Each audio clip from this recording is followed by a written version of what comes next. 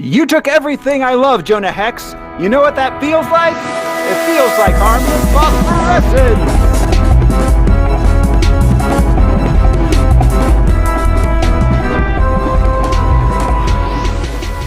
Hello, everyone. This is Throw Smiley, and the president thinks I'm special.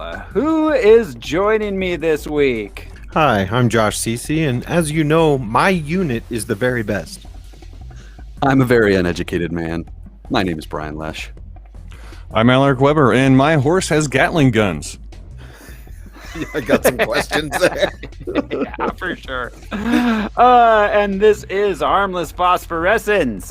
It's the podcast where we watch every theatrically released live-action, full-length superhero movie ever made. We gather some research into the production and the source material, then we tell you all about it.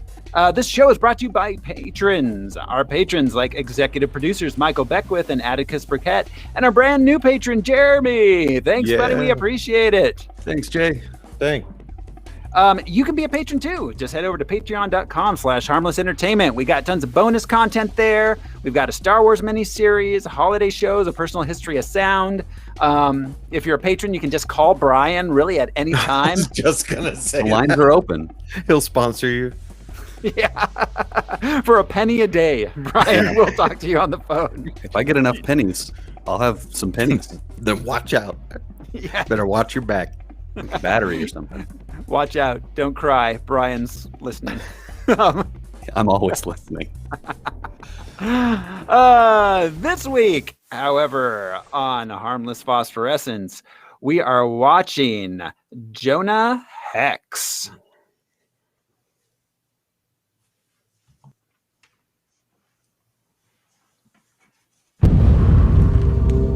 Don't do this, Turnbull, please. Daddy! Don't do this, no! This mark will remind you of the man who took everything you had.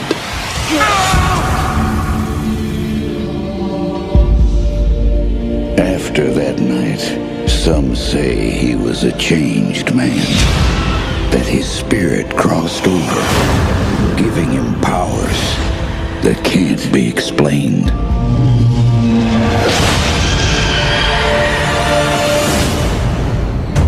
Jonah Hex. Coffins. Thinking you might need a... Cut him down!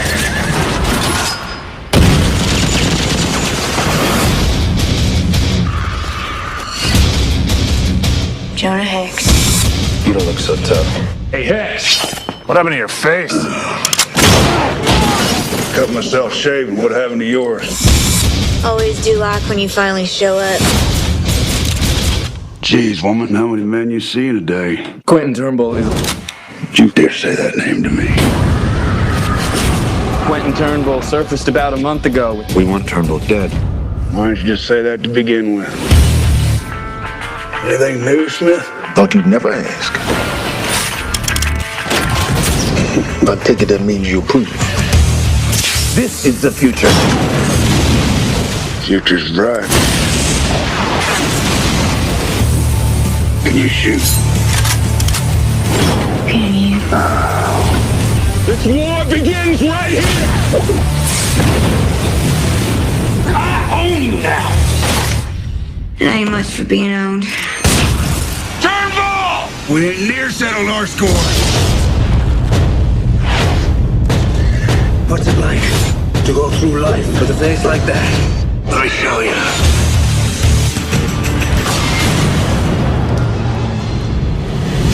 Still got that knife in your garter? They took it. Still got that derringer in your bustle? They took it all, Jonah. Well, searched you for darn good, didn't they? Wouldn't you? She's a little full of herself, isn't she? Yeah. Jonah Hex. Not only are his powers hard to explain, they don't even try. No, they do not. This movie. So- All right. I think so. I liked Josh Brolin, and I liked his performance. If he was just in a regular old Western and there were no powers or anything like that, I don't know. Would have been kind of badass. Oh, It's just- sure. It actually felt like a Western. It would have been a much better movie. Yeah. I will make that point many times throughout my TED Talk. There's many things that could have made this a better movie. Well, certainly, but yeah. Okay, so Jonah Hex was released June 18th, 2010, rated PG-13, a running time of 10 million minutes. Dude, this is like the shortest movie we've done in a long time. I was grateful for it. I thought it went down easy, yeah.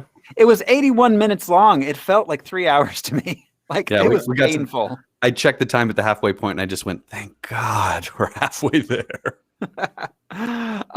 It cost $47 million and it took in $11 million. Beautiful. Woo! It was a flop. There were some great people in it, though. Yeah. I'm not saying they had much to work with, but some of my favorite actors were in this. Yeah. A good cast. Nothing else was good, though, including the production, which we'll get to that in a few minutes. But guys, I was wondering if you were interested in playing the box office top 10 game. I live for this moment. I do not too. this week. Okay. All right, I'll Al just says sit it no. up. I'll Sorry, take all everybody. of Al's points. Yeah. Al, you lose all of the points you ever had now. Sweet. Yeah. Can I have them? I'm sure. I've already spent them. On hookers and cheap booze. No. Camel merchandise. We've said it before. So this is the box office top 10 game. It's the game where we look at the week of June 18th, 2010, and we count down the top 10 movies of the week. I describe them based on the Box Office Mojo description, and the guys try to guess what that movie is. They're also going to guess where Jonah Hex opened. Let's go ahead and start with Josh. Josh, where do you think Jonah Hex opened in the top 10? How much did it bring in? $11 million. Oh shit. Okay, 7. Josh goes for number 7. Brian, what do you think? Number 4. Brian says it opened at number 4. And Al, Mr. Alaric Weber, what is your bid? I was shooting at 5. All right, Al. I didn't hit 5. I missed. Oh, what'd you hit? 5.3. You need one of those. Gatling gun. I was gonna say, or a crossbow that shoots dynamite. The dynamite crossbow. Quite possibly the best part of this whole movie. Dynamite.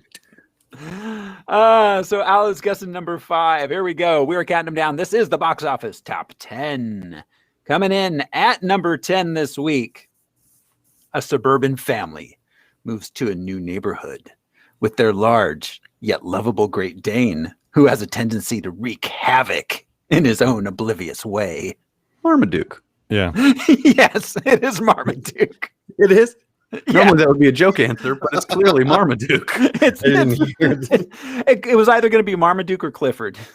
I mean, Clifford's a Labrador, though, right? That's Labrador? right. Yeah. That's right. He is a red- lab. He's not a red lab. Great Dane. A red lab. A bright red lab.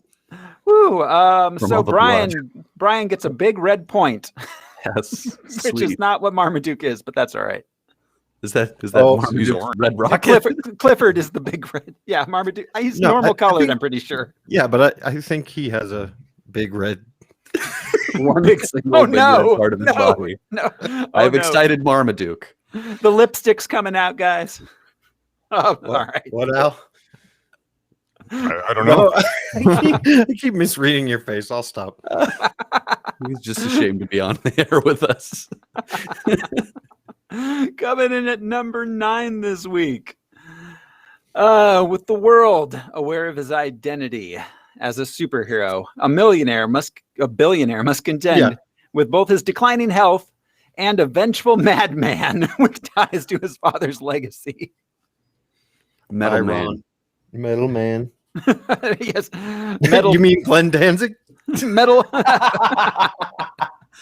Oh, shut the fuck up, Glenn Danzig. Right. Stand on a stool and tell me it. Yeah. There's that guy who punched him in the face. Can we hire him to just follow him around and keep punching him in the face? Anyways, I have all kinds of opinions about Danzig. Same. We all get 2 points for Iron Man 2. Coming in at number 8 this week, a vacationing woman meets her ideal man, leading to a swift marriage. Back at home, however, their idyllic life is upset when they discover their neighbors could be assassins who have been contracted to kill the couple. What in the shit?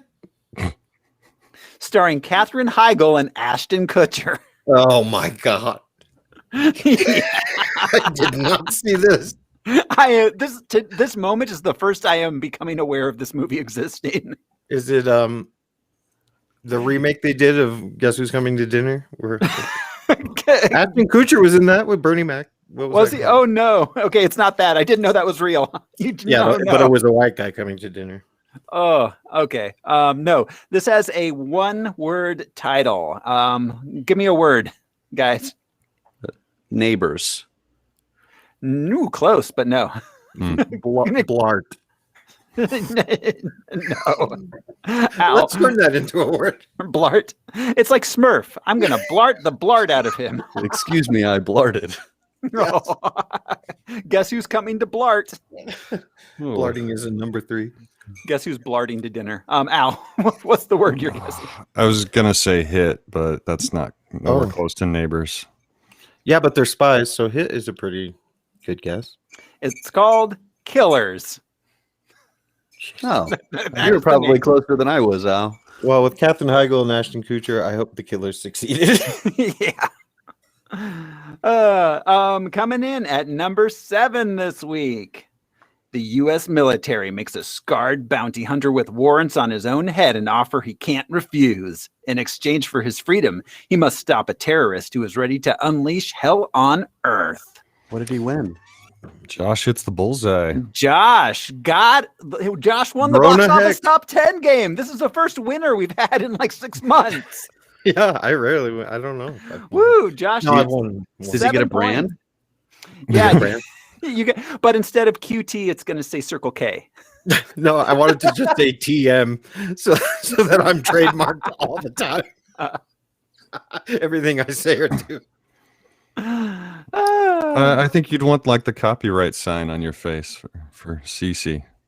Would make for a good brand. Yeah, that's true. Yeah. I like that better. Time to get a face tat, Josh. Can I get it next to my germs burn, or does it have to go over a previous brand?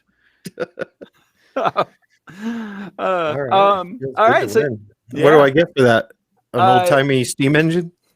yeah, you get a giant mechanical spider, which actually thankfully wasn't in this movie. I kept expecting it.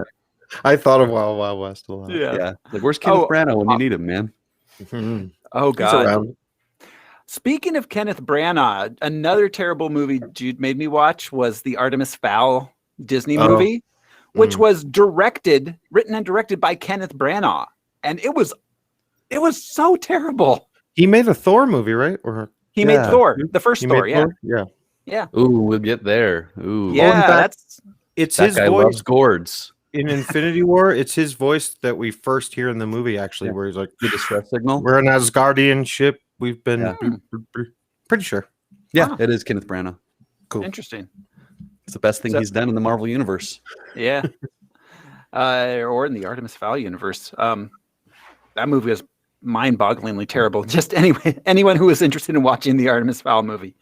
Coming in at number 6 this week, A Young Fugitive, Prince, and Princess. Purple Yeah, Rain. I paused so weirdly. A young fugitive prince and princess must stop a villain who unknowingly threatens to destroy the world with a special dagger that enables magic sand. He has to stab everyone on the planet. Harrison Ford in Purple Rain 2. The Fugitive. This stars Jake Gyllenhaal, Oh, it's Prince of Persia. Prince Prin- of Persia. Prince Yeah. of Persia, the Sands of Time. Yeah, I Oh. played this video game, and I'm pretty sure that Jake Gyllenhaal is not Persian. No, Yeah, no, I he have a is sneaking not. suspicion. He was a weird casting for this. Lots Yeah, of he eyeliner was. was required. Oh God, yeah. We also got Ben Kingsley in it. Yeah, But he's in everything that's vaguely like Middle Eastern Asiatic. Yeah. And he's a damn fine actor. I'm not going to argue that, but it is sort of that Anna Paquin type vibe. Like he did his biggest and best cinematic tour de force with Gandhi. Well, yeah. And then it's just been like, is he a great actor? He's in a lot of these shitty movies. They'll just pop up. He's in a lot of terrible movies, and also like, I mean, I guess it was the early '80s, but still, like a British dude playing Gandhi. All right. Irony. Yeah, yeah. Oh, they colonized it again. Yeah, exactly. Twice. Not as bad as when they had that Dutch guy playing Nelson Mandela. Ooh. Ooh. That's a Mandela effect. Coming in at number 5. How do I? Oh, Jesus Christ. Okay. A villain tricks a midlife crisis burdened hero into allowing himself to be erased from existence, and he casts a dark alternate timeline where the villain rules supreme. Oh, It's a Wonderful Life. Yeah, Mr. Potter takes over. Yeah, that's true. Potterville, man. Yeah, basically, yeah. Wow. Wow. Mind blown. But no. Any other guesses? The stars? Well, okay, so we've got Cameron Diaz, we've got Eddie Murphy, we've got Mike Myers. Oh, Shrek, one of the Shreks. Still Shrekin. Shrekin ain't easy. Shrek Forever After. All right. What number is that? I have no idea. Oh, they These movies printed money. make. Yeah. Oh man, people love the Shrek shit. He's a sexual icon. I do. Yeah. Let's not forget that the donkey and the dragon procreated in those movies. I have those videos. And I'm just the sheer logistics of that working is insane. Well, and what's even more interesting, Mike Myers and Eddie Murphy were never in the same room once for any Shrek movie. Like Superman and Clark Kent. Yeah, just like that. You guys know that Chris Farley was slated to play Shrek, right? We should do a Shrek episode at some point. He recorded the entire thing, and then they just redid it when he died. Yeah. Well, because he had died before it had hit like visual production and stuff like that, right? Yeah. I think the animation wasn't quite there yet. Yeah. Yeah, it hadn't been animated at all, but he recorded his tracks, so it exists. You can see the animatics on YouTube. They were probably going to do a Robin Williams type thing. You know, you record all the dialogue, we'll animate your dialogue. Yeah. Exactly. Because that's what they did with I want to call him Austin Powers, Mike Myers. Yeah, that's what they did with Ronald Reagan. Nancy stuck her hand up the back of his jacket and just hell yes, shook his head. Worked him like a puppet. Coming in at number 4 this week, a record company intern is hired to accompany an out-of-control British rock star to a concert in L.A. I like this movie. Get him to the Greek. Yep, Get him to the Greek. The sequel to Forgetting Sarah Marshall. Yeah, an unofficial sequel. They don't mention his counterpart in Hawaii, but they totally should have at least had one line where Jonah Hill's like, "I have a cousin who lives in Hawaii, and he's a stupid Infant Starro fan," kind of thing. Yeah. But it's a funny movie. Puff Daddy's pretty funny. I've never seen this. That's the first time anyone's ever said that. I know. He's great. Get him to the Greek is a fun movie. You should definitely watch it. Coming in at number 3 this week. Wow. Okay. I've never seen this, but a group of Iraq war veterans look to clear their name with the U.S. military, who suspect the 4 men of committing a crime for which they were framed. 3 Kings? No, that was. Is it Green Zone? No, this sounds does like the A-Team, but yeah. Al, is it the A-Team? It is the A-Team. Liam Neeson, the dude from what's his face from Hangover, and Who's 2 other guys. The wrestler or MMA guy. This is one of the first like big MMA stars. Bautista, yeah. And who was BA? Was that Ving Rhames? No. BA Baracus? Wasn't Bautista played the BA role? Oh. I don't remember. Was it Batista? Was it Bautista? I didn't see the movie. Neither did I. So I'm just guessing from this tiny little thing. Let's see. The A Team. We have. Well, yeah, Mr. T did a cameo in it apparently. Oh, Quentin Jackson. Quentin Jackson. That's Okay. Yeah. I thought. Why did I think Right. Dave Bautista was in this? Yeah, Rampage. That's who it is. Rampage. Okay. Let's see. We got Bradley Cooper, Liam Neeson, and Charlton Copley as Murdoch. Oh yeah, the guy from all the District 9. That guy. He's in all Oh, those movies. Yeah, Chappie and all that stuff. He does the mocap. You guys never Okay. watched this? It was kind of fun. Yeah, I Yeah, saw never it. saw This it. was great. Yeah. wow. Okay, this is funny too. Okay, wow. What the fuck? Okay, coming in at number 2. Work causes a single mother to move to China with her young son. In his new home, the boy embraces kung fu taught to him by a master. Oh, this is Will Yeah. Smith's kid. Yes, you're right. Brian, say it. What? They had the Karate same Kid? name. Yeah. Yep. Karate Kid, yeah. Kid. That's crazy that the same week there was the Karate Kid and the A Team. Yeah. Hmm. So wow. Okay. And oh wow. Opening this week at number 1. Some toys are mistakenly delivered to a daycare center instead of the attic right before their Oh, owner no. leaves for college. I'm already crying. I love know. those movies. This Three. this is this one I definitely saw in the theater with little 3-year-old Jude, little like Mhm. 9-year-old Rain. I saw this with Yeah. a group of grown-ass men, and there was not a dry eye in the line of us. Yeah. That Yeah, totally. goddamn incinerator scene. Dude, for real. Pixar, fuck you. Just Pixar. Yeah.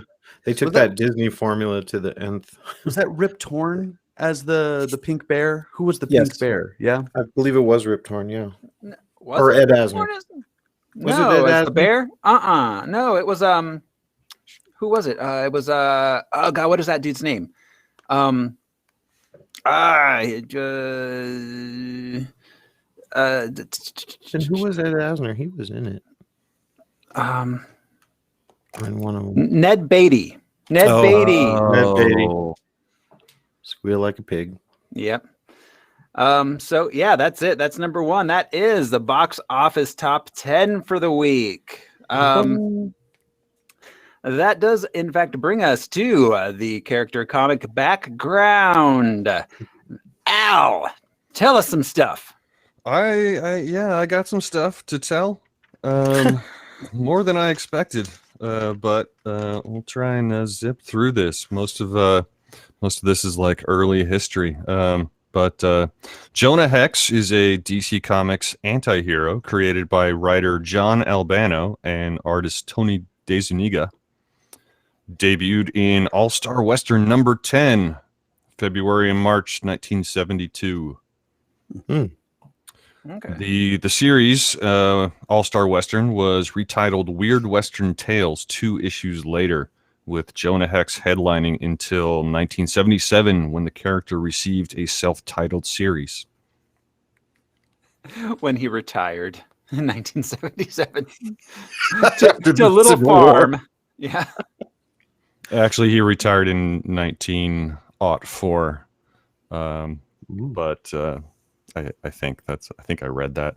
Anyway, Jonah Woodson Hex was born in 1838 in Northwest Missouri.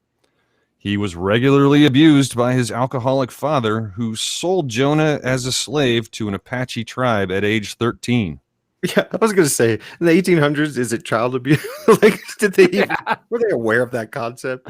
Yeah, it's not child abuse. It's just living. It's just living. It's just getting through the day. Jonah was adopted by the tribe's chief after he saved the chief from a puma. Wearing his Adidas.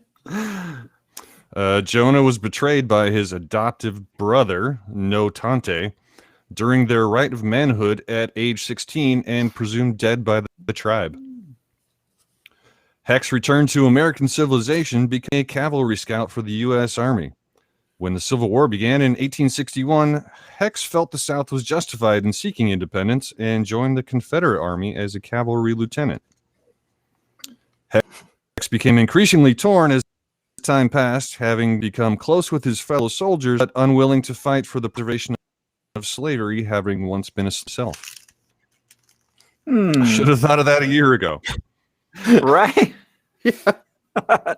Do you think we're the baddies? Right, exactly. I just Hex- like their infrastructure plan, those Confederates. It's all about taxes for me. Yeah, states' rights or something. I don't know. Something. I'm just for small government. Yeah, that's it. But I'm Jonah against Hex slavery. surrendered himself to the Union Army after learning of the Emancipation Proclamation in 1862. He refused to reveal the whereabouts of his comrades, but the Army was able to determine the location of his unit and take them prisoner. Hex found a secret tunnel and helped the prisoners escape, but that turned out to be a trap engineered by the Union commander. They had run out of food to feed the prisoners, so allowed them to escape and gunned them down as they fled. Nearly all the fleeing Confederates were killed, including Jonah's best friend, Jeb Turnbull, in what became known as the Fort Charlotte Massacre. A handful of survivors, believing Hex had betrayed them, returned home and told everyone that he was a murderer and a traitor. Now hunted by both sides, Hex moved to the Western Territories to start over. No. Jonah came to find his old tribe and revealed the betrayal of his brother, Notante, to the chieftain. Accusations denied, it was decided the dispute would be settled by combat by tomahawk. Oh, shit. Notante sabotaged Jonah's tomahawk so it would break, forcing Jonah to stab him with a knife. Enraged that Jonah had killed his son and broken the rules of combat, the chieftain had him disfigured with the mark of the demon, scarring half his face with a heated tomahawk, and Hex was banished from the tribe. Okay. Jonah took to drinking, and one day... Don't we all? Give me 1800s. Yeah. Was it a decision he made? One day he shot dead a man beating his wife outside a saloon, drunkenly mistaking the man for his own father. The dead man turned out to have a bounty on his head. Intrigued by the idea that he could make money killing bad men, Jonah took up bounty hunting. We're like, wait, I can murder tennis. and get paid. It's time to go pro-am. My biggest gripe with modern society is that there aren't Western territories to start over in anymore. I thought you were going to say duels. Well, I mean, there's Combat by tomahawk. I mean, I still do combat by tomahawk, but for some reason I have so few takers. I'd watch that over a football game. Jonah Hex possesses no superhuman abilities. You do say. The ability to speak to the dead was only ever seen in this film. And not just speak to them, revive them. Revive them. Yeah. Yeah. Speak to them. Big Yeah. unanswered question there. So let's see. His skills do include being an outstanding marksman and a resourceful combatant, adept at employing improvisational weaponry. He's an exceptional tracker and a resilient fighter, often fighting through severe injury. While his skills are sometimes viewed by others as supernatural, they are all acquired through talent and training. Hex has a reputation as a ruthless and prolific killer, but he is bound by a personal code of honor to protect and avenge the innocent, especially women and children. All right. Hex's exploits were not limited to the 19th century. He was summoned to fight for the Monitor in the Crisis on Infinite Earth, and later spent some time in the post-apocalyptic 21st century. I feel like I've seen Jonah Hex and Constantine do some shit, but maybe that's just my brain. Maybe. You know, I feel the phrase post-apocalyptic 21st century is an oxymoron. Yeah. In other media, the character has made appearances in several animated shows, including Batman the Animated Series and Justice League Unlimited. And the Care Bears. There was a 2010 animated short DC showcase, Jonah Hex, where he was voiced by Thomas Jane. Who's in this? Is he? What? Is he? Where was Thomas Jane? I can't remember what part he is, but I went through the whole cast because I thought Jeb was Jeffrey Dean Morgan, which he was. He was, But yeah. He was way down at the end of the cast list. And Huh. I missed that. Curious. Jonah Hex has also been in 3 episodes of Legends of Tomorrow and appeared in the Arrowverse's Crisis on Infinite Earths. And he won season 3 of The Voice. the Masked Singer. Yeah. His golden throat. He sings through the side of his mouth. Quentin Turnbull was also in the comics. He was one of the first and most notable recurring adversaries of Jonah Hex. The father of Jonah's friend Jeb Turnbull, he swore to avenge his son for what he believed to be Hex's treachery at the Fort Charlotte Massacre.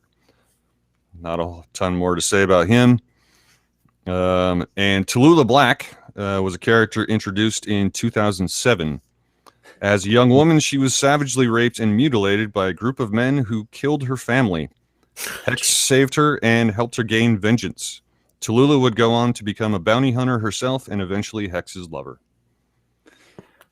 Woo.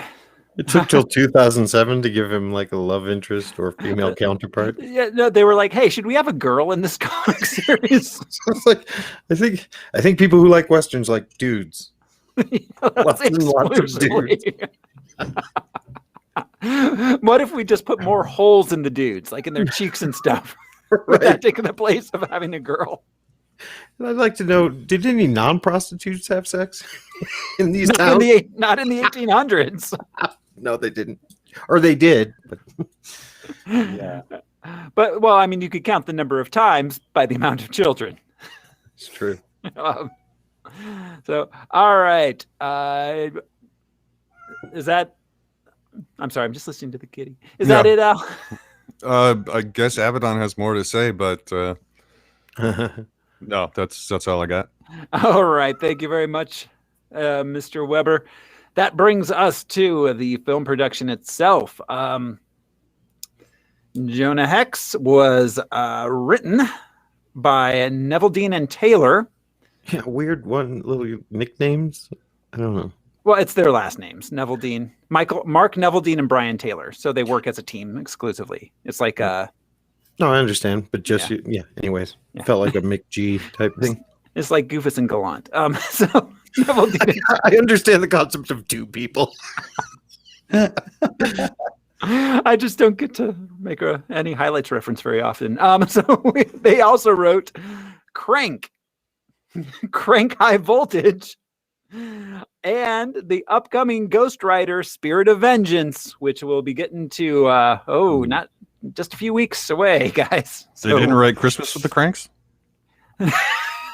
Which was my favorite of the Crank series. There's also a story by credit to a writer named William Farmer, who was mostly a TV writer. He did some off Broadway play work too. So apparently the story is that he wrote a treatment for Jonah Hex around 2000-ish. And he had nothing whatsoever to do with this film, but the treatment he wrote had enough of the same general concepts in it that they had to give him a writing credit on it. The Writers Guild of America insisted he get a credit. Reportedly, William Farmer petitioned to have his name not put on and lost because he was so not taken with the script that Neville Dean and Taylor wrote. I'm taking my name off this thing. No, you can't. Yeah, the Writers Guild of America said you have to have it on there. It was directed by Jimmy Hayward, who he was mostly an animator for Pixar, not a writer or a producer. He was just an animator for throughout the 90s, Toy Story, Bugs Life, Monsters, Inc., Finding Nemo. He has a writing credit on Freebirds, which is that that Owen Wilson, Woody Harrelson movie where they're turkeys. He directed Freebirds as well as Dr. Seuss's Horton Hears a Who. This is his one and only live action film. The music, Mark Beltrami was the composer. He's works a lot. We've heard his name quite often. He's done Hellboy, a number of other things, but he had help on this by the group Mastodon.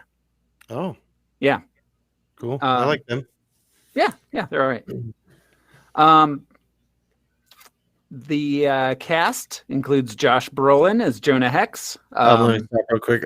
It's not surprising to you three, I'm sure, but no, I guess Tom Jane was not in that. I don't know what I was looking at, but yeah.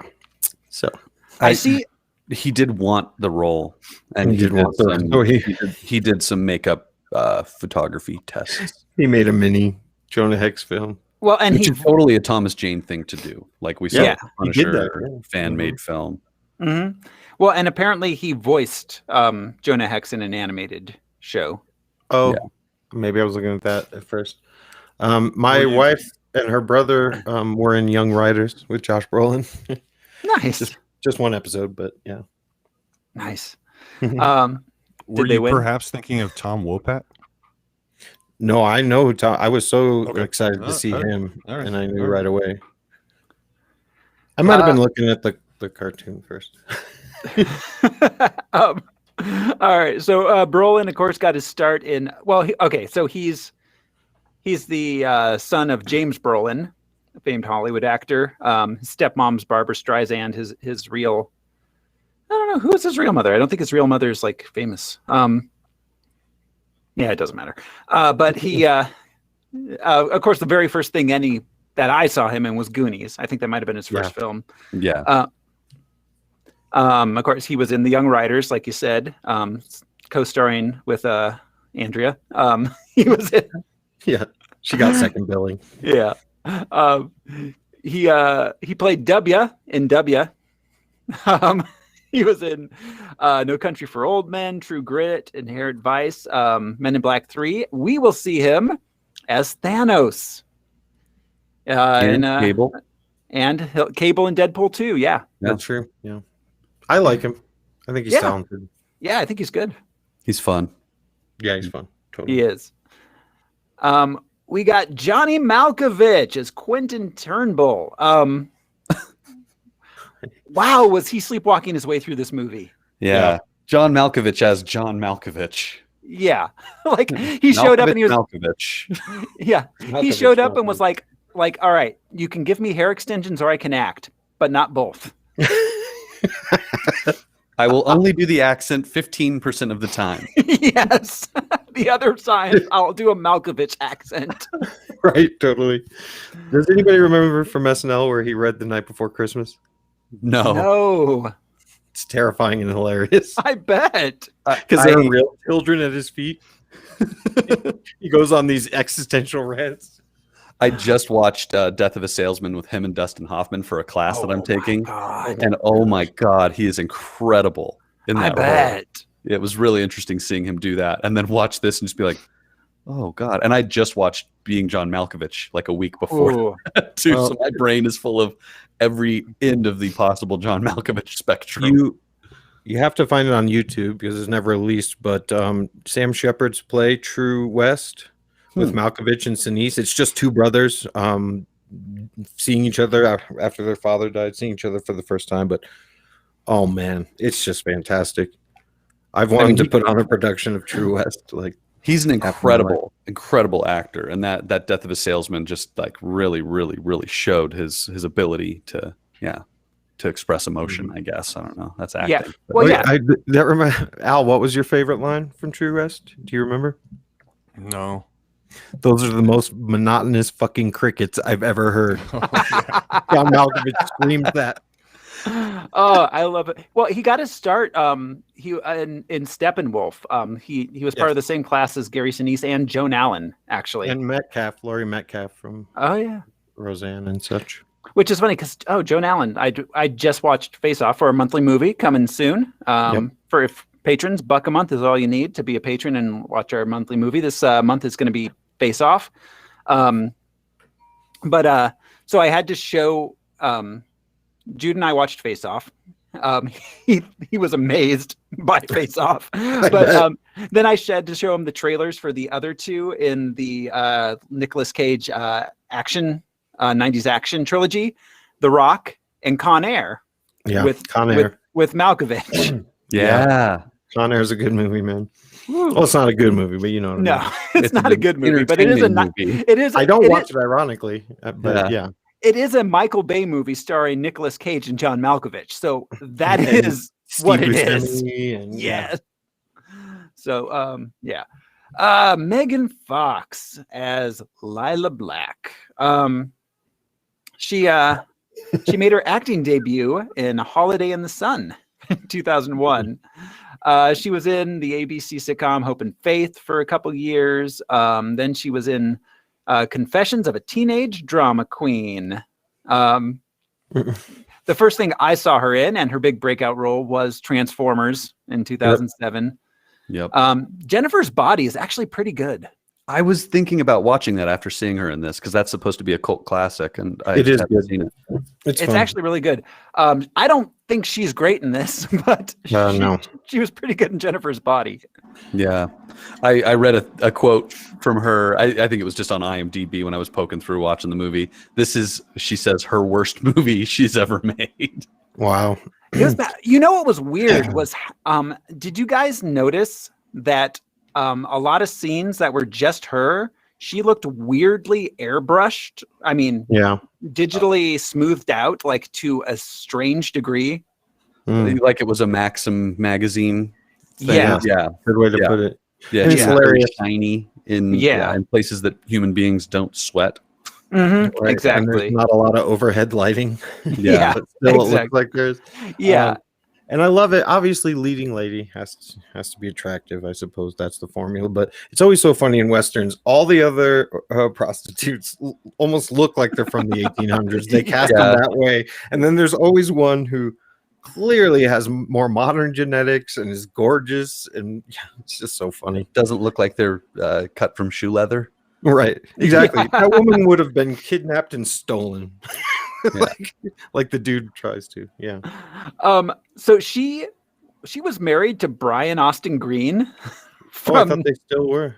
Are they still? Okay, yeah, they are still. So yeah, she's married. No. They broke up. Sad. Yeah, they in November 2020 they filed for divorce because she was seen with Machine Gun Kelly. Romantically involved with Machine Gun Kelly. But, wow. Her and Brian Austin Green began dating in 2004 when she was 18 and he was 30. But then in 2009, she was targeted by the fashion motivated criminals known as the Bling Ring. Oh, like that movie. You guys remember? That's what the movie was about. Yeah. They robbed Brian Austin Green's house in order to access Megan Fox's clothing. Yeah, they're like, we're not interested in Austin Green. We don't know why anyone is. It's just funny. All right, so we will see her again on this show in Teenage Mutant Ninja Turtles 2014 and Teenage Mutant Ninja Turtles Out of the Shadows 2016. She plays April O'Neil. Yeah.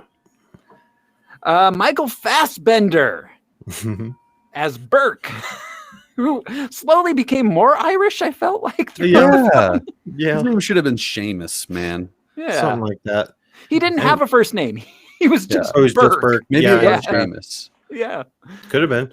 And that chin tattoo was quite interesting. I don't remember seeing that in the United Kingdom. It's like a Maori thing. Yeah. To have the chin. That was interesting.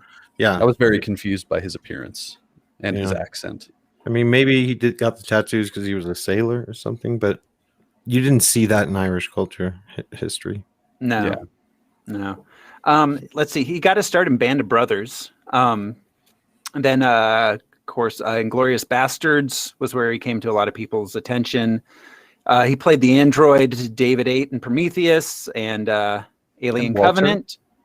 Yeah, In what, bro? And Walter in Covenant. that's Oh, right. yeah. Very different character. Yeah. Walter. And of course, he plays Magneto in the X-Men. It's not reboot. The X-Men backwards time compatible. Yeah. Part Well, 'cause they series. went, yeah, because after the Singer ones, we went to First Class, and that's what Yeah. introduced him. And so, yeah, they Well, didn't no, just but- stick him in.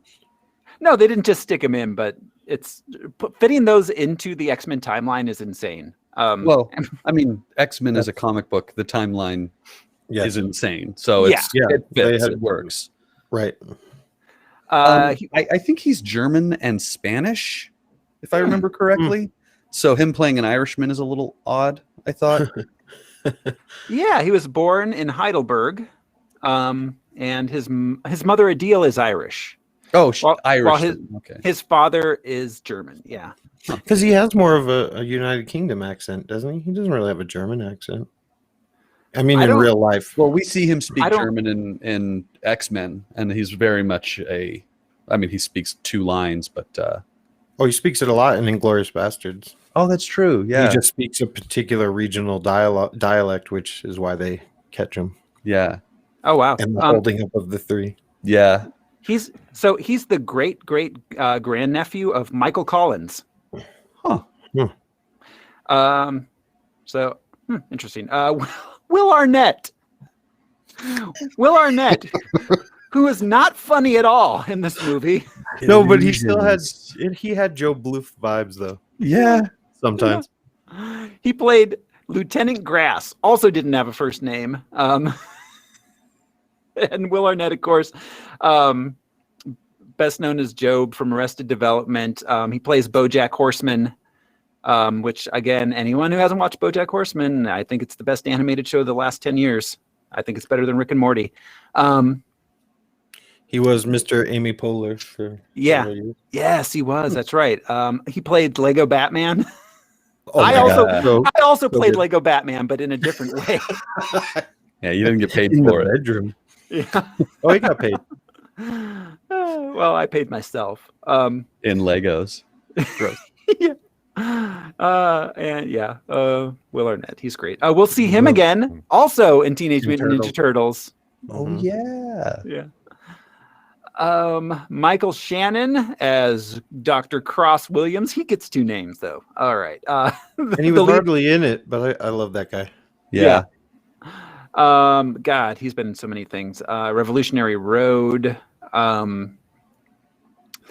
What else? He was in The Shape of Water. He was in Bad Boys 2. Yeah. Knives Knives Out. Out. Knives Out, yeah. Oh my God! Oh, Yes, yeah. yes, Lies Out. But that was off type because he usually plays a really creepy or menacing type dude. Yeah. He was kind of Knives Out, he fragile. was almost feeble. Yeah, fragile.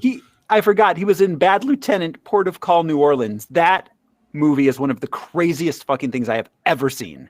Never heard of that. What movie? Bad What is it? Lieutenant, Port of Call, New Orleans. Oh, Have you guys seen that? no. No. Oh, that's with Nick Cage right? Yes, yes. Directed by Werner Herzog, starring Nick wow. Cage. Yeah. What? Yes. I'm watching Yes. it now. Sorry, Nicolas Cage and Eva Mendes. That movie is insane and has nothing to do with the Harvey Keitel Bad Lieutenant movie. Good, because there's no Like- reason to continue that.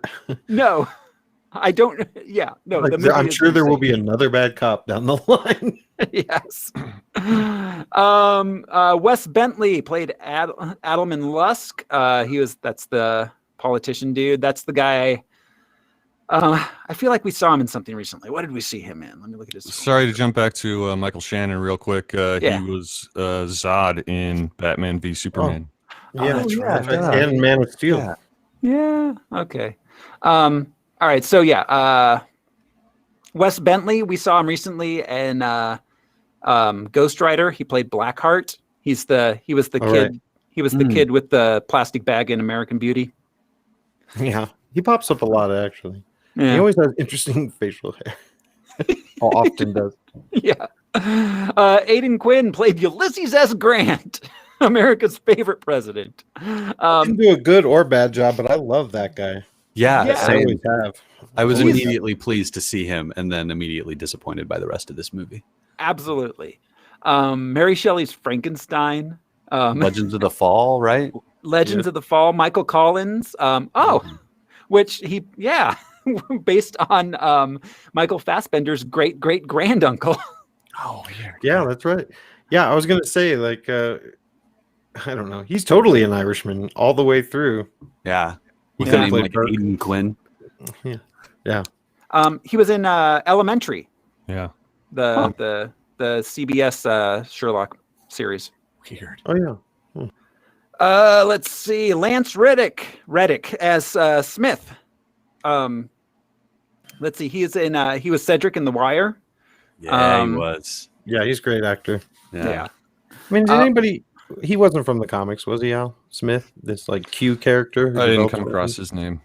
No. I just felt like Black Smith. I don't know. Well, And he makes the metal arsenal, and yeah.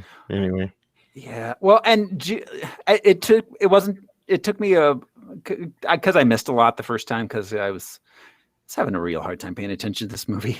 It was not Yeah. good. But when he was at the president's speech, Jude was like, "No, that's not him." I was like, "No, that's the same guy." And Jude was like, "No, they couldn't possibly only have one black guy in this movie." I was like, "Oh, yeah, they could, couldn't Jude. possibly. They Yeah. really could." You They really, sweet really summer could. child. Yeah. Mhm. Oh boy. Yeah. Yeah, I mean, he was like the Lucius Fox type character, but they gave him the one scene, and he said very little. It's just like that could have been a fun dynamic. yeah. He and Jonah know each other clearly. Yeah, clearly. We had John Gallagher Jr. as Lieutenant Evan, Tom Wopat as Colonel Slocum, Yep, Julia just a Jones. good old boy. Yes. Never meaning no harm. Like, of course, he's a Confederate. His Yeah. car had the Confederate flag on the fucking. And as we said, Jeffrey Dean Morgan, the uncredited role as Jeb Turnbull. Dude. Yep. Lance Reddick played the voice of Sam Wilson in the Avengers Earth's Mightiest Heroes animated Ah. series. That's kind of cool. That is. Yeah. Huh. I just want to shout out one guy. The telegraph operator was Rance Howard, father of Clint and Ron. Oh. Really? Wow, I He's did not passed realize he's passed that. on now, but he was an actor even before his son was. But yep. Wow. Good for him still working in 2010. Mm-hmm. That's the production. I got a couple reviews to read off Rotten Tomatoes. This has 12% on Rotten Tomatoes. Sorry to interrupt you. I just in the corner of my eye over the weekend, I caught like a headline or somebody's post. Didn't just recently Paddington get a higher rating than Citizen Kane? And So it was, Oh, yeah. What happened was somebody dug up an 80-year-old bad review of Citizen Kane and posted it to Rotten Tomatoes so that Citizen Kane went from 100% to 99%. oh my god! and thus Paddington 2, Toy Story, and The Godfather are now the only 3 100% movies on Rotten Tomatoes. Paddington 2. 2, the sequel. Yes, Paddington 2. What the fuck? Wow. I haven't seen them, but apparently Paddington and Paddington 2 are both really good movies. Yeah, I mean, no, I didn't think they were, but that's in these fucking nerds. I saw All it, but I don't remember it being remarkable in any way. right. I It's don't remember better the than character. Citizen Kane. It was just safe, I guess. It's better than fuck these fucking. Okay, so I've got a couple audience reviews here. Jeff B writes, a lot of butthurt DC fanboys in the comments, along with a lot of mentally weak spoileds who criticize pointless details. That being said, it's no better or worse than most comic action adventure movies. We've seen this story before, and many of you liked it. Just not now. Bunch of spoileds. Wow. Quit trying to make spoileds work. That's not a thing.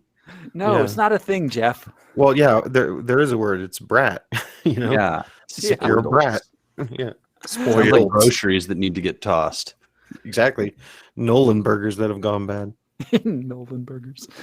Patrick D writes, I would point out he writes this in April of 2020. Still waiting for the sequel. Well, Yeah, he was. That's 10 years later, right? Yeah, 10 years later. It's like anytime now, it's coming. Just him sitting on the steps of his front stoop, just waiting for the sequel. That's about it for our background, everybody, boys. Are you ready to jump into this thing? Yeah. Let's shoot the shit out of it. Here we go. This is Jonah Hex. And it opens with the weirdest Ken Burns documentary you've ever seen. Yeah, we open on the Civil War. Jonah Hex tells us how much he enjoys fighting for the Confederacy. But then partway through, he figures out maybe they don't stand for everything he stands for. And it was very confusing because, they had the big trench and the Confederate soldiers lined up, but Hex was not one of them. I mean, as Al said, he had a change of heart, but right off the bat, it was confusing. yeah. All the footage they showed us in the beginning with the voiceover, I couldn't connect to anything. It was just random, like Civil War looking footage to me. Right. Like I didn't recognize anybody. I didn't know what was going on. It was all a weird, like sepia tone. So I couldn't even tell who was Union and who was Confederate. Well, I mean, you're right, it was sepia, but you could see the blue and the gray, and they had the Confederates lined up to be executed, and Jonah Hex was watching. He wasn't a part of that. Right. Because in this movie, he actually turned them in, whereas in the comics, he only turned himself in. Yeah. But I see. So he ratted on those dudes? yeah, he throughout the movie, he totally betrayed those dudes. He went to the Union and was like, hey, these guys want to secede. Shocking. I don't think they'll be successful. I'm a Grant man myself. Jefferson Davis is overrated. I'm Sherman. Sherman was a motherfucker.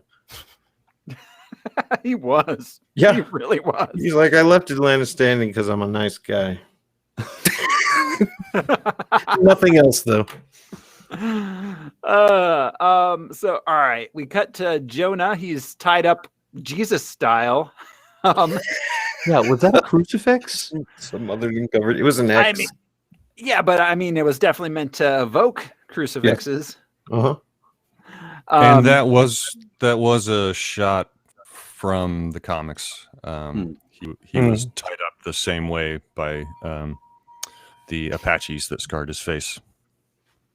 Okay. In this case, he's tied up by Quentin Turnbull. I think there was Turnbull was a common Southern name. I think there might have been an officer named Turnbull. But anyway. So yeah, Turnbull's murdering his wife and kid. He brands Jonah's face with the QT, which with the QT. Hey, cutie. Cute. Now everyone will forever know you're a cutie. Yep. That's the name of his adorable gang. The cuties. The cuties are coming for you, Ulysses S. Grant. Sounds adorable. So he's doing that because Jonah killed Turnbull's son, Jonah's old best friend, Jeb. Jeb Turnbull. So then we get an animated montage. Okay. They got to make up their fucking minds with this beginning of this movie, man. Well, and it does that awful like the effect where it goes to animation, but they just do that like really bad Adobe Premiere preset animation where it turns it animated looking. Or those Korean reenactment videos. Yeah. So all right, so he was saved by a tribe of, and I want to point this out, they are specific, a tribe of Crow. The Crow, yeah, The that Crow. was a nation, is a nation, but yeah. And then they- crows help him. They specifically state it is the Crow. Yeah, the Crow brought him back from the underworld. Yeah, I think he Yes, says that. I want to make sure we understand it's the Crow, because there are things that happen later that make it being the Crow make no sense whatsoever. Also, the Crow tribal territories were in what is now North Dakota, Wyoming, and Montana. That is the main point. Yes, that makes many things later make no sense whatsoever. Yes. But are they like the Cherokee or something? Were they one of the nations that were previously like southeast or mid-east and then moved? The Crow was always the Badlands. They were a Plains tribe. They and the Lakota were the two big Plains tribes. Cool. All right. Thank you. So let's see. So all of this is animated.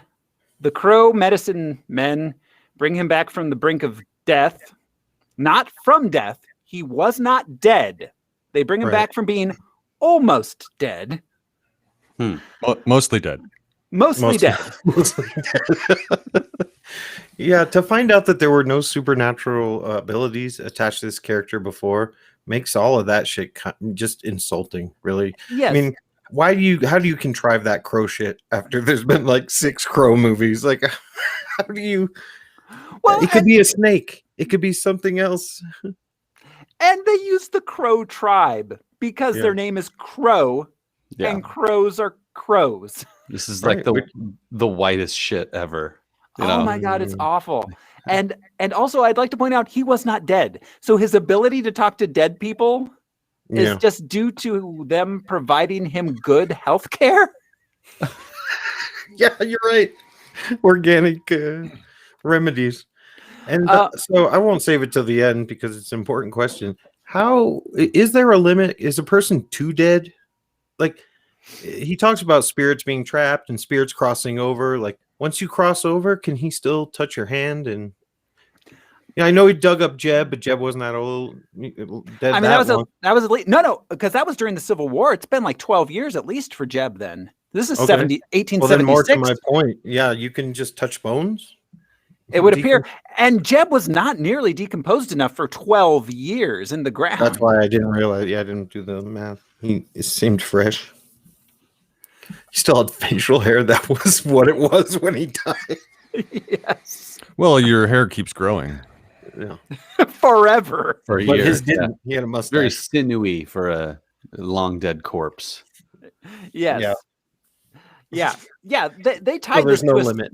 Yeah, they tied this to a specific date, July 4th, 1876. Oh, you're right.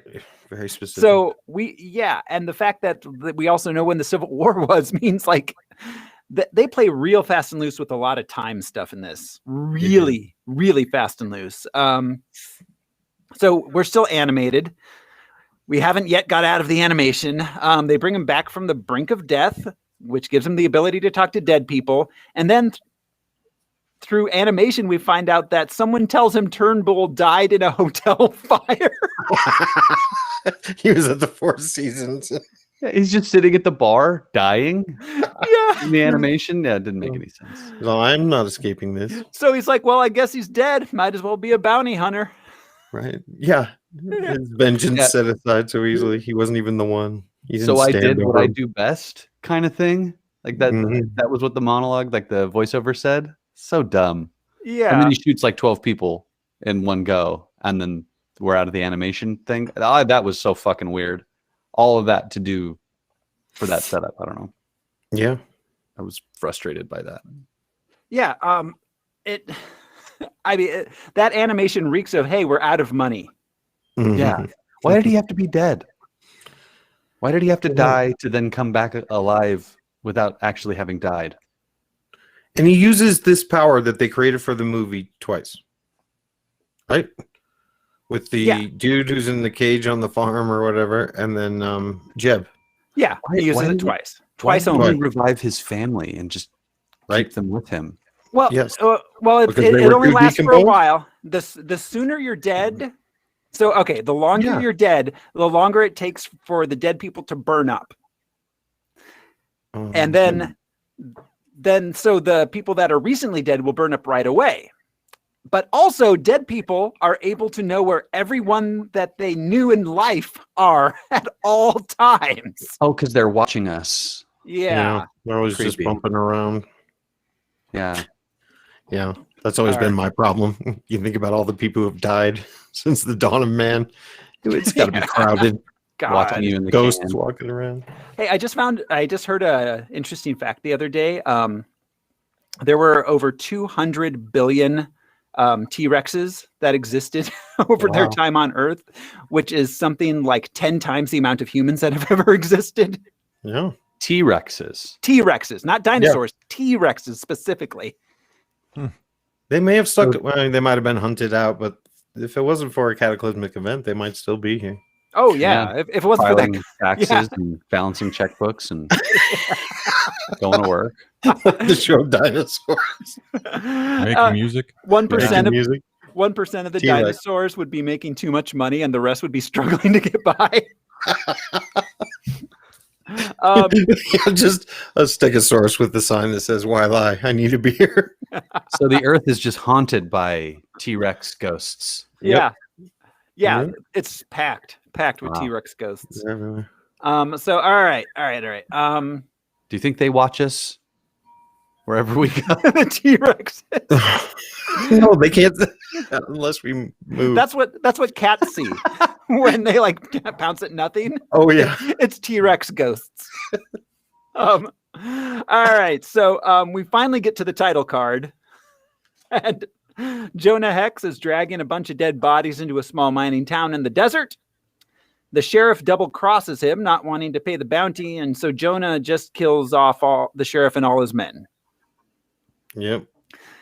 with his horse Gatling guns, Okay. which we never see again, even though I feel like that might be useful to him at certain points in this film. Well, not poor horse. Later on, he just Oh my whistles, God. and that horse comes from like half a mile away. It's like that horse is deaf, Jonah. Yes, it is. Machine guns right It next has- to its ears. And his sides are burned, scarred and burned. Yes. Gatling guns are hot. Is that a dead horse? Maybe because he's riding it. It's wondered. alive. I wondered, yeah, because then later on he's like, well, he'll either come and get me or go do his own thing. Well, the So way he whistles for it, petrol horse? it's like it's the horse from Red Dead 2. Like, Comes from miles away. Right. yeah. Oh, he heard that? Well, and let's be fair, this is essentially a video game. There are moments where there's a lot of fast travel going on in this movie. Yeah, for sure. For Um, sure. So, all right. We cut to a train. There's a group of soldiers on it. They get attacked by a group of horsemen. Burke, the Irish guy, played by Michael Fassbender, is rigging dynamite to blow to the tracks. They separate. Sorry, it's a bummer. I was thinking two of my favorite train robbery scenes, and of course Butch Cassidy, but then also Solo with that crazy. Like that was one of my favorite train robbery. That was a scenes, dude. great train heist. And You can really make them fun, but the best idea they had was to blow it up. Well, blow it up, yeah. And like, there's the two there were the two soldiers on board that were actually part of the Turnbull gang, apparently. That Yeah. but so all right, there was like probably 50, 60 Union soldiers. Then there were two of the Turnbull soldiers that took their hats off and the masks fell down, which first off, clearly they've been in like the barracks on the train with these guys for like a few weeks. They know who they are. Like, Joey, why are you wearing that mask? Hey, what's going on? But there were two of them. They pull out pistols, and the 60 soldiers that have all their rifles ready because they see the train robbers coming are just stopping like, uh-oh, they're going to shoot us. We better just give them what they want. Yeah. So they blow up the back of the train, and the front of the train has some big cannons on it that Turnbull wants. This is very like Lawrence of Arabia, kind of like, yeah, I don't know. It was a weird fucking train. Yeah. Train explosions. It's the worst Yeah. train explosion I've ever seen. It was bad. And so they steal the big cannon. We cut to Washington, D.C. The president, Ulysses S. Grant. It's weird having Ulysses S. Grant in this, I feel like. This is just a continuation of Wild Wild West. Yeah. Well, really is. he inherited a steaming pile of shit, like the war wasn't really over. No. It still isn't, apparently. Hmm. But yeah, like I have to quell all this violence. Yes. Yeah. Well, yeah. So yeah, he gets word that General Turnbull is still alive and stole some sort of secret weapon from a Virginia armory the week prior. Where are we? Are we in Virginia? Missouri. Are we? I don't know. Yeah. I don't know either. We spend some time in Georgia. We spend some time in Virginia. We spend some time in South Carolina. And Missouri. That poor He says horse. it. That's where Jonah Hex is from, but he also says it. Okay. And then later on, we're further west because one town looks like Santo Poco. It's got an Well, old yeah, mission and exactly. And when he has that bounty at the beginning, that's clearly like that's a mine, and that desert. It looks like it's El probably Paso Nevada. or something. Yeah. Oh Yeah, no, I was it's- thinking it's Nevada. Texas still- or west. I was but, thinking a silver. Well, I was thinking it would be a silver mine. Yeah. Because that's Yeah. the vibe I was getting, like with the big, wide open, desolate, like Western California. Well, all of or America Nevada. looked like that during the 1800s. It was all That's true. flat. No, and but you're right. dust. He would be off somewhere fighting somebody or looking for Turnbull, and then next scene he's in the White House. Well, that's okay. So, no, that's what I'm getting at, and the time thing and the distance thing is an issue throughout this film. On Yeah, I top didn't of the fact realize it. that, it's really terrible, really terrible. Okay, so so Grant says the only one who can help us is Jonah Hex. Yeah, that's funny. Like, okay, Ulysses S. Grant, if you say so. None of those Union generals. Right? And when did they meet before? You know what I mean? Like, How does he know? Grant was the Union general, and then Hex was a Confederate. It's just funny. Yeah. That's his So- go-to. Yeah. So then we cut to what looks like a Mexican village, the aforementioned Santa Poco, where Megan Fox is a prostitute in this small Mexican village. Dusty ass, syphilis ridden. Apparently the only prostitute in this village. It's a living. It's a living. This village has got to feel really lucky. They're like, we have the best prostitute. We have the prettiest woman on the continental United States. All of the rest look like Grant. All the rest look like women from the 1800s. Exactly. We see that Jonah has a drinking problem. Yeah, it pours out the side of his face. I would like, okay, so yeah, I want to point out something. I know this is comic accurate, but that little flap of skin where there's the hole on the side, you can clearly see that his mouth just goes to the side. It's not like his cheek has a hole in it. No, you're It's right. like a flap of skin grew over the side of his mouth. Yeah. Which it took so long to show how that particular injury happened, because he got branded on the face. And so I was just like, that how did that happen? But then, we see him with the tomahawk. The tomahawk later on, but yeah. And also, he specifically pours the shot into the side of his mouth in order like, I've had tooth pain before. You can favor one side when you're a kid. No, Al's right. Yeah, He has a drinking problem. It's a funny gag, but yeah, with if he's been scarred like this for 12 years, you'd think he would like roll his head to the left side or like just pour it straight down his throat. He would have figured out some way to overcome that. How does he have mouth hole whiskey money? Right. All right. So he kills a rando for making a crack about his face. And the guy pulls out a knife too. Okay, yeah, fair enough. And he knows who Jonah Hex is, but he doesn't know that particular story, I guess. He knows who Jonah Hex His is, but still infamous thinks it's a scars. good idea to pull out a knife on him in a bar. Yeah. That was a funny line. It was a good Western line. Yeah, But sure. What's the matter with yours? No, Josh Brolin, he had a couple good lines. They weren't He all did. terrible. He did. So all right. Then Oh, I'm sorry. I think this is the guy who's like, he doesn't look so tough. It's like he doesn't. Are you kidding me? He looks pretty fucking tough to me. He's got a hole in his face. So all right. Yeah, we meet Megan Fox, prostitute extraordinaire. A citizen of the world. Yeah. Some dude wants her to run away with him, and she's like, no, I prefer being a prostitute in this small Mexican village. I've got a 5-year plan. I'm invested in my 401k. I'm working my way through accounting school. So all right, Jonah arrives. They're all lovey and spend the night together. They discuss that Jonah is wanted by the law now due to killing the sheriff and his guys at the beginning of the movie. But Grant still wants him to work for him. Yes. So he's a shoo-in for a pardon. Yeah. Yeah, he is. Well, and he gave $10,000 to Grant's re-election campaign. So, There you go. they fight because he won't settle down with her. Then soldiers burst in. They tell him that Turnbull is still alive. They want his help to capture or kill him or something. They don't really specify. They're just like, Turnbull's alive. Come get him. It's General Voldemort, right? He's like, don't you say that name.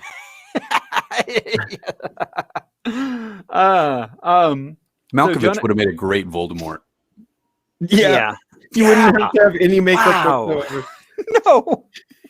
Or But he would have had that Malkovich voice, maybe with like a 30% British accent. I'm trying to think the last time I saw John Malkovich like in like a real acting role, and I don't know.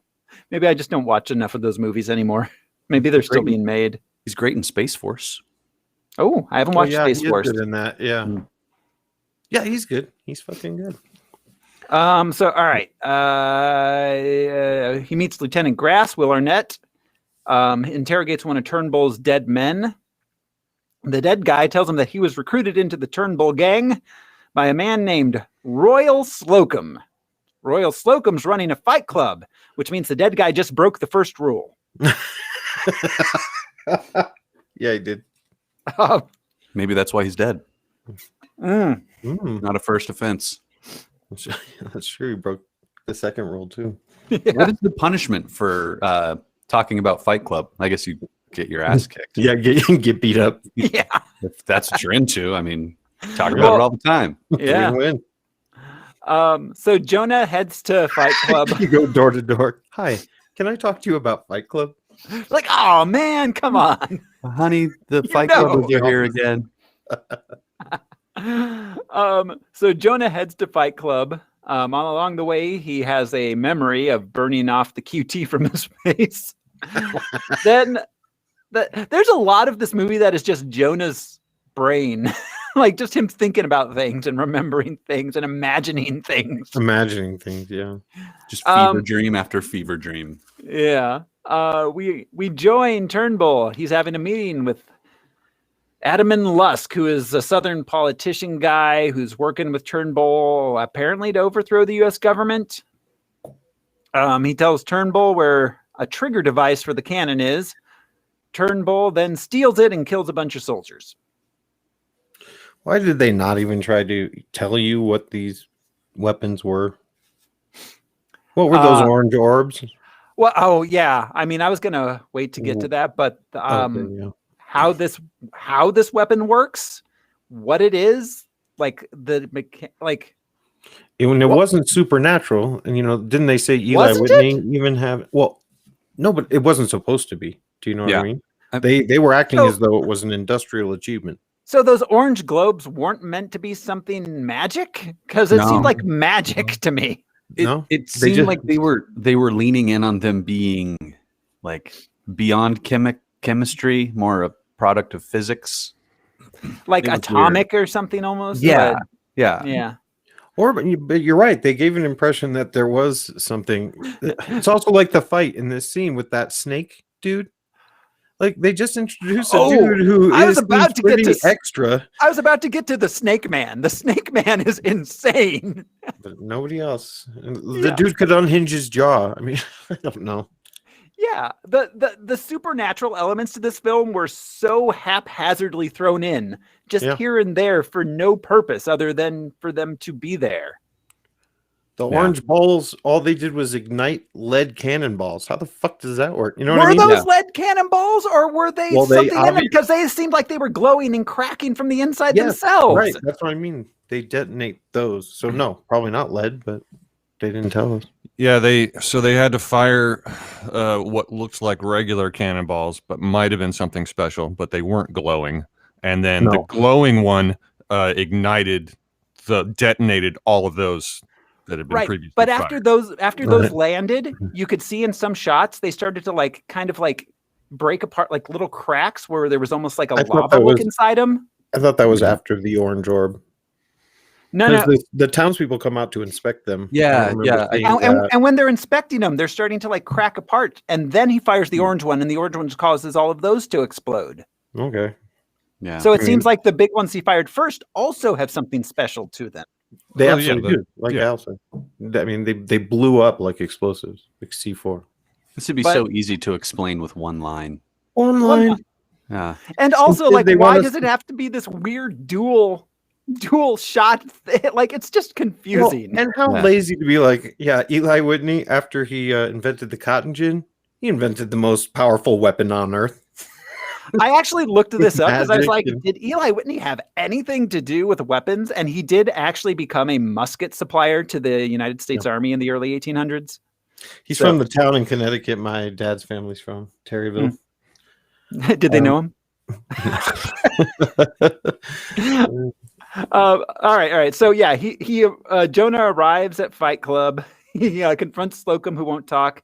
So Jonah kills Slocum, and the Snake Man. What the fuck is up with I was expecting him to become like the sidekick or something, or like escape and cause havoc, like anything. But no, he just dies in the fire apparently. But he's also some sort of supernatural. Like if they had just stuck to his agility and shit, like his parkour bouncing off everything, fine. But like I said, he unhinges his jaw. Venom. He drips venom, which smokes and spatters. Right. And then there's not another character before or after him. Yeah. With powers. It was bizarre. It was bizarre. There was this one dude. Yeah. All right. So Jonah saves a dog and burns down Fight Club. The dog follows him. Jonah heads to a graveyard where he talks to his ex-best friend, Jeb. That's Turnbull's son. He digs him up, questions him. Jeb tells Jonah that Turnbull is at Fort Resurrection, the aptly named Fort Resurrection. Yeah, how convenient. Yeah. We could have been stuck at Fort Die Forever, but luckily we made it over here. Well, and why was he Turnbull's son? Yeah, that was weird, because I thought he killed... Oh, well, he did kill Jeb, but yeah. That's why, so that we could have... Turnbull killing double Jonah's vengeance. the vengeance. It didn't make any sense. I mean, and this character was from the comics as well. Yeah. He was Jeb's friend before he betrayed whatever. And that's why Turnbull in this movie and in the comics, that's why General Turnbull is after Jonah. Mm-hmm. Yeah. I mean, there has to be an adversary for sure. Yeah, made it personal. Yeah, So, all right. Meanwhile, Megan Fox has her contract bought out by the guy that wanted to run away with her. So she has a contract. Her contract. Yeah. Who brokered that? Her agent. Right. Were they under contract? They had. Apparently, the only prostitute in this small Mexican village has a contract. Yeah, when it runs up, they're just gonna let her leave town, I'm sure. Yeah, exactly. Once she fulfills the terms of the contract, she's gonna leave. They took women's legal rights very seriously. That's why she's the only one. There's an exclusivity clause. It's like how cable companies don't service the same area. So, all right. So Jonah visits his old friend Smith, who gives him the dynamite crossbow.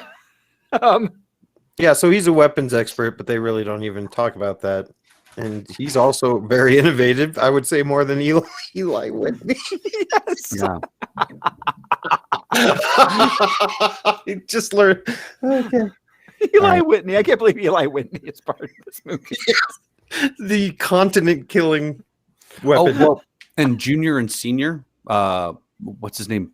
Burke's question. Uh-huh. It wasn't Senior, it was Junior. Eli Okay. Whitney Jr. is the one that invented the cotton gin. is that Okay. Yeah, I thought that was interesting. I was like, oh, Huh. well, that's wrong. Interesting. So, all right. Jonah goes to Fort Resurrection. He sneaks in. Then we learn all the stuff about Eli Whitney and it being a continent killing cannon. Yeah. It's just a big cannon with very modern schematics? Yes. So then we learn he's attacking Washington on July 4th when Ulysses S. Grant is given his big speech. Turnbull spots Jonah. They fight. Jonah fights all his men. He's injured by Burke, but then he escapes. He gets shot twice in the chest Yeah. Yes. by Burke with a shotgun, I assume. And the very first gunfight we see him in is that town with the sheriff and all those assholes. They have him dodging bullets Matrix style, and it led me to believe that that was a part of his power. And it's not. No. He's just good at dodging bullets? Yeah, he's just Tom Yes. Cruise in this universe, I guess. I guess. Okay, so At the firefight here, he very casually discards the the dynamite crossbows. Yeah, he just drops them. yeah. Like, oh, that's done. Yeah. Single-use crossbow. I can't get more dynamite. So even though I just shot some dynamite, which Burke is like, oh, you shot the dynamite. Now I have to take care of that before I can kill you. And he goes and takes the dynamite and spends like 3 minutes slowly walking it up to the top around. of the wall so he can throw it away. Well, how did the dynamite not? Dynamite is so like fragile. You drop a box of it and it will fucking explode. Right. And like 3 rows down, if one of them is lit, they're all exploding already. Yeah. They're No, going up. This is so dumb. Yeah. And here's where we get our first really, really terrible time thing. So they say specifically that in 2 weeks, it will be the 4th of July. Mhm. They are in South Carolina at Fort Resurrection. I had no idea. And Turnbull sends Burke to kidnap Megan Fox at this point, somewhere in the Southwest. Right. I looked it up. By train, South Carolina to the American Southwest would take at least 10 days in the 1800s. Yeah. Probably So- longer on one horse. Yeah. So we're talking a minimum of 20 days for Burke to get there and get Megan Fox and get back to South Carolina. Damn. So, all right. Unless that small Mexican village is in Georgia. It's their one Mexican restaurant. It's just an El Pollo Loco. Like a theme park. On the border of theme park. It's a Chipotle. Okay. So Jonah is riding on his horse still the next day. He collapses injured in the middle of what appears to be this. I'm assuming he's in South Carolina still. He couldn't have gotten that far. It looks like the American Southeast. There's like, Well, and similar things the Crow did in the Crow Nation did in the earlier scenes are happening again. So he must be back with the Crow, right? okay, so all right.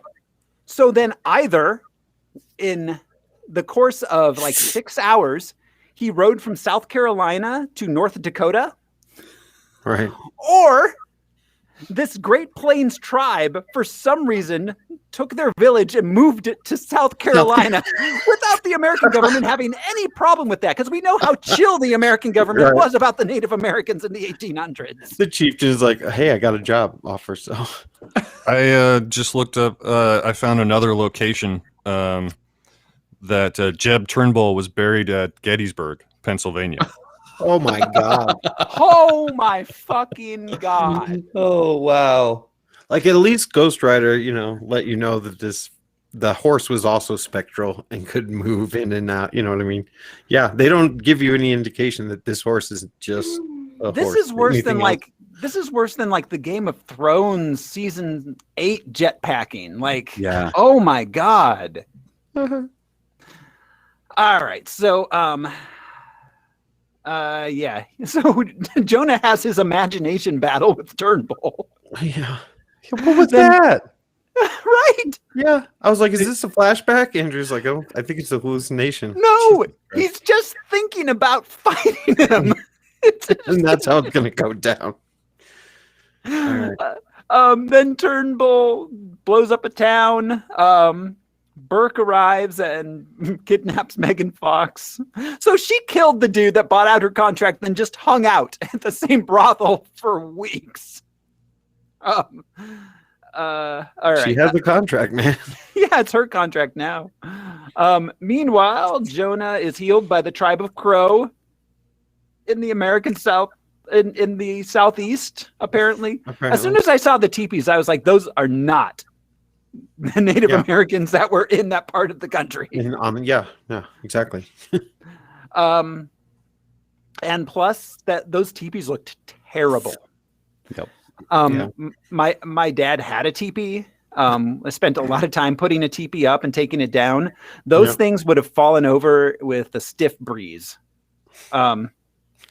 So the ones in this movie. So all right, he gets better and goes and sends a message to the president. A bird crawls out his mouth, right? Yeah, Crow.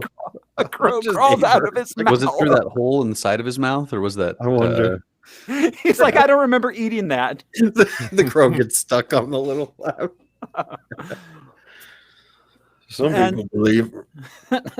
How long does it take to recover from a double gunshot wound using magical medicine? Using magic birds. At least 10 days. He's all, make sure you don't eat more than 2 birds in one day. It's not good for your liver. Come and see me in the morning. Yeah, I don't know that the time and the distance in this movie is out of control, insane. Everything happens within 10 miles of each other. Mexico is 10 miles away from Washington, D.C. Yes, it is. So, all right. Then he sends a message to Ulysses S. Grant that Turnbull's going to... Do you like me? Check yes or no. Turnbull is going to attack the big 4th of July party in Washington, D.C. So he races... I heard Kool and the Gang was going to be playing. Fuck that. Yeah, they're all... Ulysses S. Grant comes out and they're all, don't stop thinking about tomorrow. We're dancing like Gore and Clinton. So, he goes and he races to find Turnbull. Turnbull is getting into a boat. I believe this is now in Virginia he's at. Yeah, because it's what, Independence Harbor? Is that what that's called? Yeah, A harbor up near Philadelphia? Yeah. Anyways, he gets on a boat. Yeah, Turnbull. But Turnbull kills Lusk.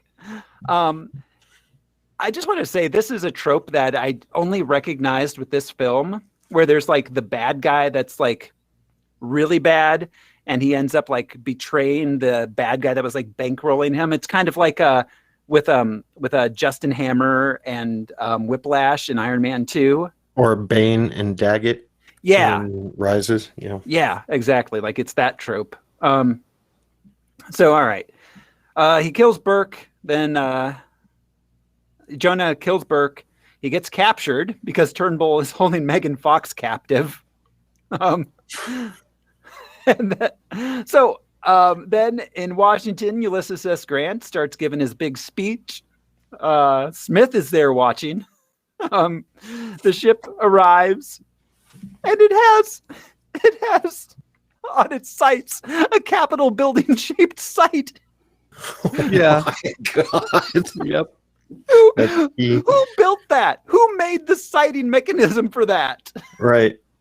Somebody from the South, obviously. I was gonna say, some blacksmith, like, you're not going to use this to try to blow up the Capitol, are you? No, man, no. Not at all. No. Just Capitol building shaped things. I like the aesthetic. What? Luckily Turnbull, leaves Megan Fox and Jonah Hex completely unattended while he's doing his master plan. Always Blofeld. They escape. He blows up Will Arnett, or Turnbull blows up Will Arnett. They get in a big fight. Megan Fox and Jonah Hex kill a bunch of his guys. Then it comes down to Jonah fighting Turnbull hand to hand, simultaneously on the ship and in his imagination fight. Yes. He kills Turnbull. Him and Megan Fox blow up the boat and they jump off at the last second. Later, Ulysses S. Grant gives Jonah Hex a cash reward and a full pardon. And he wants to make Jonah Sheriff of America. Yeah. What does he say? The country doesn't have a sheriff? Yeah, he's like, this country doesn't have sheriffs. And it's funny because we have marshals. Yeah. Yes. We're there. Yes, exactly. He didn't want to make him a U.S. Marshal. He wanted to make him Sheriff Yeah, of sheriffs America. have specific jurisdictions. Marshals do not. So he It's and like Megan... giving Elvis like a DEA badge. Yeah, Right. as crazy as that. Yeah. So Jonah says no. Him and Megan Fox leave Washington. He visits Jeb's grave again, which apparently was in Pennsylvania. Was moved to Arlington. Yeah. Then he just rides away with the voiceover that says some vengeance stuff, and then the credits roll. And that is Jonah Hex. And that is that. Oh, dear Lord. The music at the end for the credits was okay until the very end. The unapologetic Rebel song. Yeah. Oh no, Weird. I didn't watch through that far. Yeah, I was because just happy to turn it off. well, I zipped through to see if there was post credit. I knew there wasn't, but yeah, then that caught my ear, and Al's right. It's offensive, and it's so funny because I thought the Confederates were the bad guys, not just in real life, but this movie. Yeah. Which Yeah, leads and me that song. which leads me to my unanswered question. Yeah. If Hex realized the Confederacy was wrong, why does he keep wearing his Confederate uniform? Yes. Good point. Yes. Yeah, I also was deserting wondering. would burn that. Yeah, It's so he can be sneaky, I guess, and kill. He's like, they won't recognize me with this jacket. Yeah. His burned out face and shit. Another unanswered question. Why did Turnbull not kill Jonah Hex immediately when he captured him Yeah, on the ship at the end? Yeah. Oh, because he just- wanted him to see. He wanted him to destroy to watch America. Yeah, but Jonah Hex wasn't like all into America. It wasn't like when he was killing his family where it's like it's personal. Jonah Hex didn't give a fuck about America. No. Yeah. He just wanted revenge on Turnbull. Yeah. Yeah. Um, If it had been Ulysses S. Grant, it would have made sense. because Ulysses S. Grant was Jonah Hex's old crush. Well, no, I mean, like if he'd had Ulysses S. Grant on the boat, like I want the president to watch me do Yes. this. Sure. Right. But like this, outlaw, whatever. Yeah. Well, and his sort of girlfriend, who we clearly saw, her life is in danger on a daily basis, but she's the hostage. And I like, thought when it's he like said every like day. I want him to watch, I thought he meant I want him to watch me kill Megan Fox. Yeah. America. Not America. No. Yeah. It's a Yeah. metaphor. Jonah Hex is like, not the Hard to Washington shoot. Monument. No. It's not even finished. It's a monument Not to mention Washington. that shit was built by slaves. What the fuck? Yeah. I don't know. We covered most of my other unanswered questions throughout the course of this. I mean, I think it could have been saved if people cared a little more. I think there were some bones, some decent bones there, but they just fucking did not flesh anything out. If this felt like a Western, it would have been infinitely better. If it didn't have Yeah. fucking heavy metal, like new metal, weird mid 2000s heavy metal guitar over every scene. If it had had some faux Morricone string sounds, lean into the spaghetti Western stuff, some stuff that happens in the daytime, maybe. Right. Also, like some shots of like actual places instead of like a shot of like a crane shot of a village. This would have been an infinitely better movie to at least watch. Well, and Heavy Metal is kind of twofold because they did all those Wild West type weapons and shit. It didn't even need that high tech angle because they didn't even flesh that out. You know, we saw Smith in 2 scenes, but they have a long history. This dude is obviously a free man and quite the engineer. I don't know. Yeah, they didn't try. No, they didn't try. Everything felt lazy. Everything felt rushed and half-assed. It took two watches for me to even figure out what the actual plot really was, and even still, it doesn't make a whole lot of sense. Yeah, I don't know if it was kill Turnbull or save the country. Because for Jonah, it seemed more about Turnbull. Yeah, until suddenly it wasn't. Right, suddenly it wasn't, How does he know Ulysses S. Grant? What the fuck, man? Right, because he was a Confederate, and then he broke from the Confederates and sort of hit the road. Technically a deserter. I'd like to point out there were tens of thousands of soldiers in the Civil War. He wasn't a general for the Confederacy. He was just like a random soldier. Yeah. I think they might have been trying to imply by Jeb being buried at Gettysburg that Jonah turned himself over to Ulysses Grant. Oh, personally turned him over. He what turned the tide at Gettysburg? Is that what they're implying? That's what they're implying. He's the reason why the North won the war. Just him. Because Gettysburg was close, you guys. It was really close. Yeah, it was very close. It wasn't a sweep. Yeah, but you think about it, it's like, wait, what are they getting at with him being buried at Gettysburg? That's a good point. That's weird. That would have been interesting if they had said that out loud, though. Like, oh, dude, a lot of things, you turned the tide of the war with your turning over of your unit. So many things would have been helped with one sentence. You're absolutely right. Like those weapons, the glowing balls. It doesn't have to be logical, but you have to fucking tell us. It's the ghosts of all the T-Rexes. That's how we blow up these things. Yeah. You know, like, oh, it does, cool. I'll believe that guy had a crow come out of his mouth. Yeah, it doesn't matter. Well, yeah, and plus, like, it's like with the cannonballs, it was such a complex concept with the double, like, you have to shoot the big ones and you shoot the glowing ones. The revolver cannon also, all of those barrels seem to be the same length. They were all in the same place. They were all pointing at the same angle. They all shot from the top like a revolver. How the fuck did they land somewhere else? I just did a fact check. Grant was not at Gettysburg. Oh, I thought he was. Wow. Robert E. Lee was, and George Meade. Oh, the inventor of mead. No, he just popularized it. He definitely didn't invent it. The Meade school supply company. Yeah, he invented notebooks. Yeah. So, all right, guys, I don't want to devote any more time to this thing. You ready to rank it? Mm-hmm. What's our most steaming pile of like timely superhero movie? Well, I mean, period. Okay, so period piece. Well, there's The Shadow at 73. That was in the 30s. This reminds me of like Ghost Rider and the Punishers. I don't know, that bullshit, dark, edgy.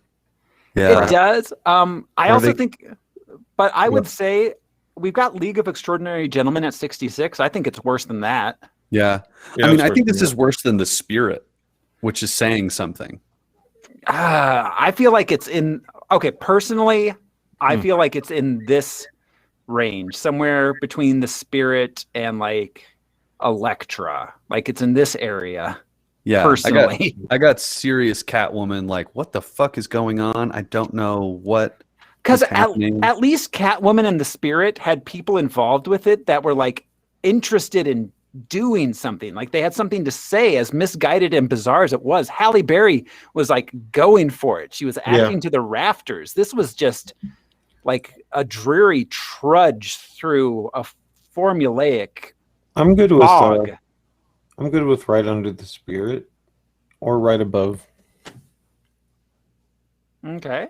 Yeah. That's how I Al. feel. Al, what are your feelings on this movie? Can we put it right in the middle of the spirit? Put it the wish. Jonah Hex spirit. Yeah.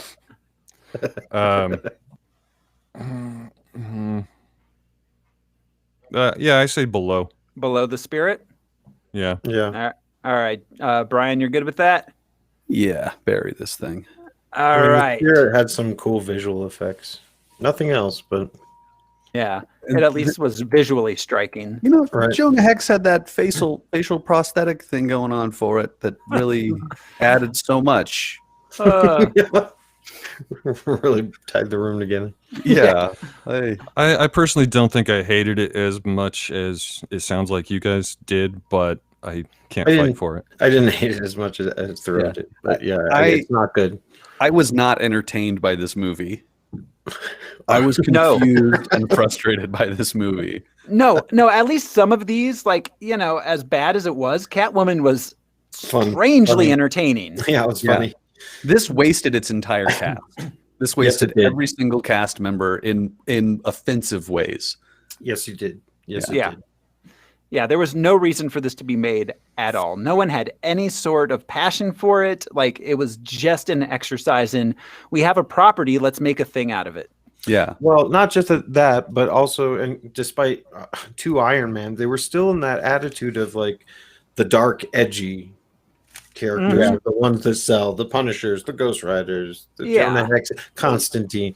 Like they still, at this point, would not admit that we just wanted superheroes. We want Yeah. something fun. Yeah, want something fun. We're into the tights, dummies. This made me think not to like, of course this is a DC property, but so Marvel has made a reputation for like doing different types of movies, like a heist movie. Right. Now they're doing a kung fu movie, that kind of thing. Marvel has never done a Western. No. True. And it would No, be they interesting to see their take on like, this is a Western with a superhero in it. That's what this made me come away thinking like, oh, I would love to see a well done superhero Western. Let's see. They had Yeah. Kid Colt. That was a Yeah. I'm trying to think of other cowboy. I mean, Ghost Rider. yeah, Yeah, the original originally Ghost he was Rider. I could see them pulling something like that off, but I mean, that's probably not 10 years down the line. That's probably 20, 25 years down the line Right. where the timeline doesn't matter anymore. And they're just like Yeah. making movies, but I would enjoy that. I think Yeah, Yeah, getting that'd a be good fun. Western director to do something. Yeah. I'm sure they could. Yeah. All right, so that's it. We're putting a pin in Jonah Hex, which brings us to next week's movie. Next week, we will be watching Green Lantern. Oh, Yes. okay. No, I'm sorry, not Green Lantern. I was in the wrong place. The Green Hornet. I knew it was green. Oh. The Green Hornet. Wow. Seth Rogen. Wow. All right. I'm ready. I haven't seen this. I haven't either. Yeah. So that'll be fun. So that's it for us this week, everybody. Thank you all for hanging out with us for Harmless Phosphorescence. And I just want to let you know that this has been your host, Throw Smiley, and I always win my imaginary battles against John Malkovich. I'm Josh Cece, and you see, what I done to you ain't natural. I'm Brian Lesh, and 1 week from now, the United States will know hell. I'm Alaric Weber, sheriff of my living room. Yeah. Thanks, everybody. We'll see you next time. Bye.